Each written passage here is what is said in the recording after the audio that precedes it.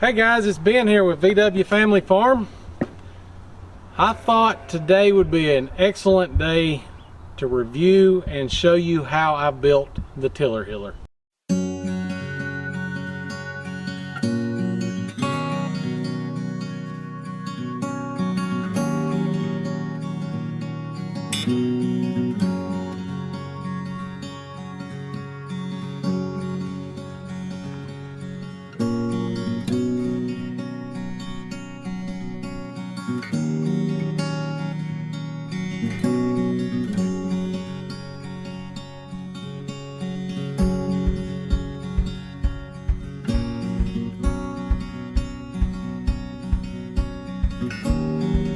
On my initial tiller hiller video, I've had several questions on how I built it, the dimensions, the different layouts of it, how it's attached.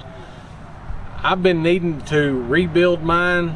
Some of my 2x4s have kind of rotted down a little bit, getting pretty weak, and the screws have broke in them and things like that. So what I'm going to do is I'm going to tear mine apart, get some dimensions off of it to give to you. That way you can build your own. Right here I'm going to throw in a clip of the old tiller hiller video. If you haven't seen it, you can go watch the whole thing. But right here I am on the tractor with the tiller hiller attached. This was last spring. We was tilling up some hills that after planting our seeds we didn't get a good sprout, so we just kind of started all over. What this is doing is it's taking my tiller, which is 60 inches wide on the tiller part, and reducing it down from 60 inches down to 32 inches. And that is making a raised bed in my garden. We do that a lot because the spring rains and everything floods your seeds out, too much water setting over the top of them. I also attach a plow to the back side of the tiller hiller and makes my furrows, so you don't have to go down through there and dig the furrows. It just makes everything a lot better for us. Now the hills will not stay there throughout the whole gardening season. When Andrea gets the walk behind tiller and tills down between the rows, that end up breaking the sides of it down, but then also just the rain and everything over time breaks it down. Also when we go in there and hoe and everything, they never stay as tall as they are when you first till it, and the ground compaction, things like that. But this right here makes it awesome for when you're starting your seeds. Some great rows. And then also we have used this thing and put we've used plastic mulch over it before. We've done a raised hill, then put plastic mulch over it and planted all of our sweet potatoes in there. That way they didn't grow up in weeds and grass when they started vining out everywhere. All right, so let's start breaking this thing down. But before I do, Emily's behind the camera here, and she's gonna pan down here and show you. This is how I've got mine set up. This part right here is 66 inches wide. This right here sets on the bottom of my tiller, and then I don't know, the flapper on the back, I don't have a technical name for that, it sets up on top of this. So I'm raising my hills 7.5 inches. Okay, so now we've got this measurement here, and you know we're using, I think they're called 2x8s. I've got mine 37 inches long. And then the back here, it reduces it down. The inside of it, get the tape measure on there just right. Yeah, inside of it is 32 inches, and the inside of that one is actually 63 inches. So what I need to do is, this board right here is getting weak, and we've broken a lot of screws off in it, so I'm going to take them out real quick.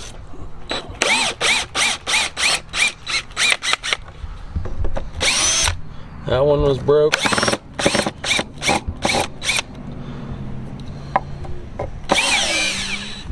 Let's see, that one ended up breaking.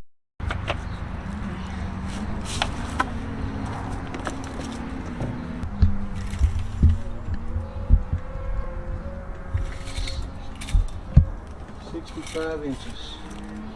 We'll find one in here.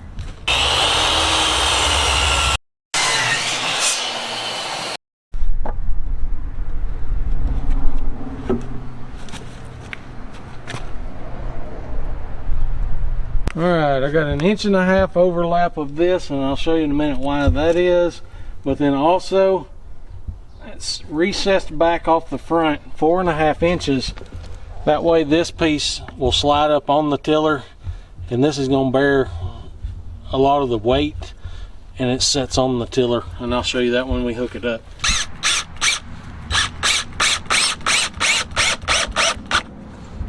You do want plenty of screws in this.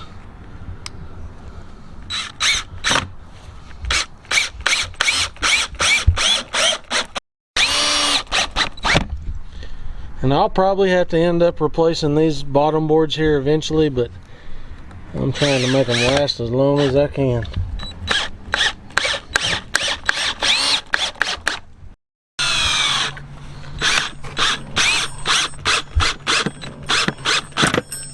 Alright, this right here is a piece of strap. I've got 2 of them, one for each side. What this is going to do, once you put your little flapper off the back of the tiller on top of this, you're going to take another 2x4 and set on top of it and screw the 2 together. So that's all this piece of strap is for.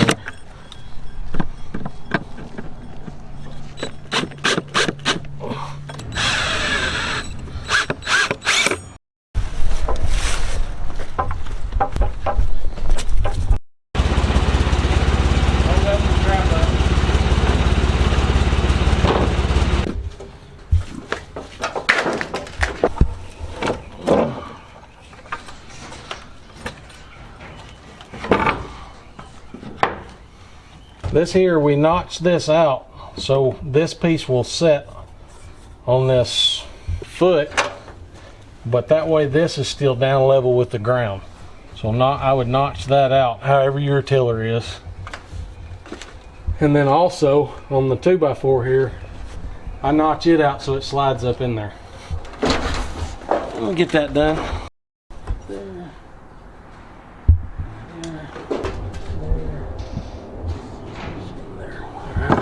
What I'm going to do here is just trim so that thing will slide up on there. I'm not cutting the board near even in half, but watch this and I'll show you what I'm doing.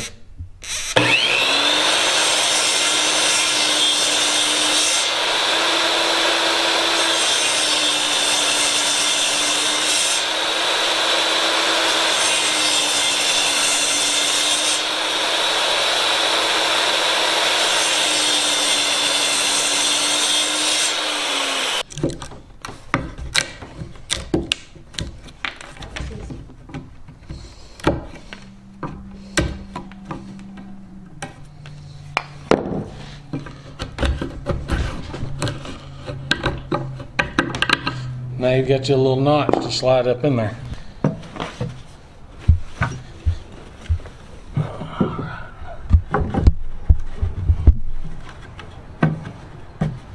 Now, that fits snug there. That strap that we put on there earlier.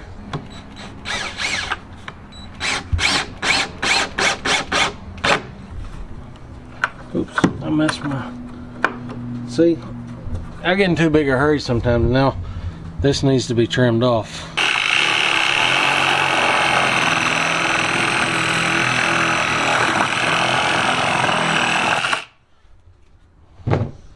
My wonderful tools from my wonderful wife and kids for my Christmas present. I don't know who picked them out.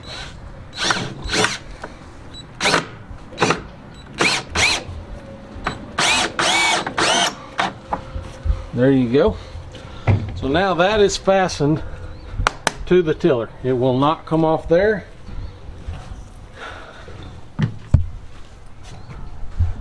And then also I use for the back part back here, like I said, I'm not going to redo it because it's still fine right now, but I'll wrap a chain around it. I have had it hooked in there, but it's popped out. That's why that's like that. Pick it up just a little.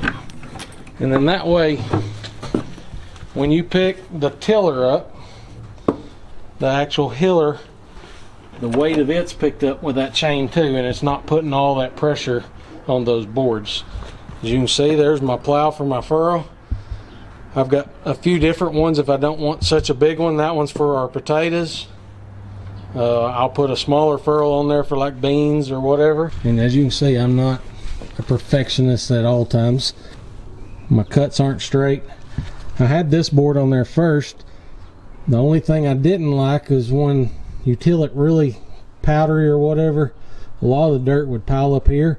So I was using both boards and it smooths the top of it off. Right here, I'll set a 8-inch concrete cylinder block up on top of that and wire it to it.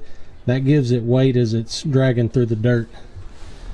I'm gonna fire it up and show you what it looks like. Oh, one more thing before I forget. All right, these are just some pull straps. I don't use ratchet straps on it, but I also will use these. I find something that works for me, like everything else. Find something to hook them in, and then I'll go up here to a leg on the front of the tiller.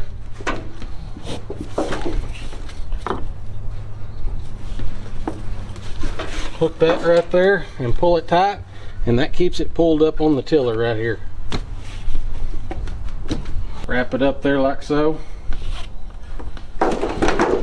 Do that on both sides. So I'll put them ratchet straps on both sides, keep it pulled snug, and then go to town.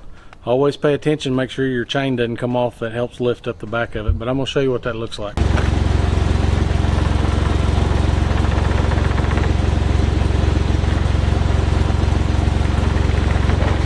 So that's how easy building what I call the tiller hiller is. I really wanted to do a patent on that thing, make millions of dollars, but it's free for you to use. No patent, just go for it. If you end up building a tiller hiller, I would love to see the pictures of it. Heck, maybe you come up with better ideas than I got. We can all help each other out there. I hope if you build one, you use it in your garden and you're totally impressed with it. Maybe you'll give me a thumbs up. If you're new to our channel, we'll throw in a link to our tiller hiller video, the full video up above. That way you can go back and check that full video out now. Granted, that was when we first started. We were still learning how to use our junky camera we had then, and still learning how to not be as awkward on videos. I know I'm still awkward, but you can go back and check that one out. But thanks for watching this video. If you're new to our channel, thank you all for coming. If you've never subscribed, go ahead and click the subscribe button down below. Ring that little bell down there, that way you get notifications. I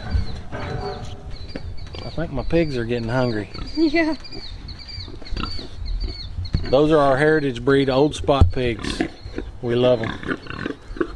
And they like to talk back to us. Thanks for watching. Till next time, God bless.